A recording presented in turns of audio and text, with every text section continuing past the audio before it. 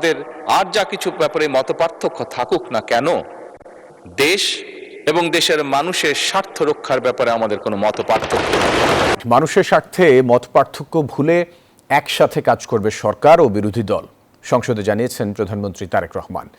বুধবার রাতে জাতীয় সংসদে জ্বালানি তেলের সংকট নিরসনে বিরোধী দলীয় নেতা যে প্রস্তাব দিয়েছেন তাতে সম্মত সরকারি দল বলেও জানান তিনি। তেলের লাইনে হাজার হাজার মানুষের দুর্ভোগের দিকে দৃষ্টি দেওয়ার দাবি জানান জামায়াতের আমির। সংসদে বুধবার বিকেলের অধিবেশনে বর্তমান জ্বালানি সংকট নিরসনে করণীয় নির্ধারণে জরুরি জনগুরুত্বপূর্ণ বিষয়ে আলোচনার জন্য নোটিশ দেন বিরোধী দলীয় নেতা ডক্টর শফিকুর রহমান। যে মানুষগুলা দিনের পর দিন ঘন্টার পর ঘন্টা, এ সময় তিনি বলেন, জ্বালানি নিয়ে সরকার সঠিক তথ্য উপস্থাপন না করায় সাধারণ মানুষ মর্মাহত এবং ক্ষুব্ধ।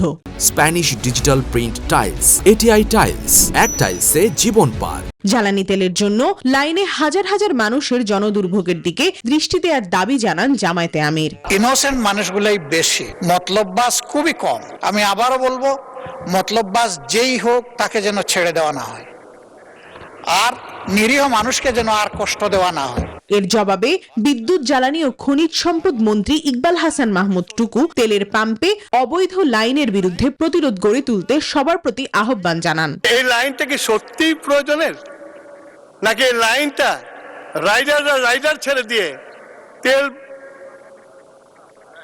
বিক্রি করে তারা বেশি প্রফিট করছে? জাতীয় ঐক্য গড়ে তুলি এই অবৈধ লাইনের বিরুদ্ধে।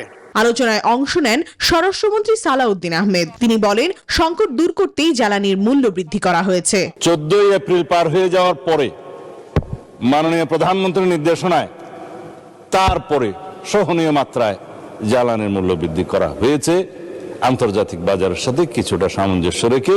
সবশেষে দেশ ও মানুষের স্বার্থে মতপার্থক্য ভুলে এক হয়ে কাজ করবে সরকার ও বিরোধী দল, বলেন প্রধানমন্ত্রী তারেক রহমান। তিনি আরো বলেন, জ্বালানি তেলের সংকট নিরসনে বিরোধী দলীয় নেতার দেয়া প্রস্তাবে সম্মত সরকারি দল। আমাদের আর যা কিছু ব্যাপারে মতপার্থক্য থাকুক না কেন, দেশ এবং দেশের মানুষের স্বার্থ রক্ষার ব্যাপারে আমাদের কোনো মতপার্থক্য নেই।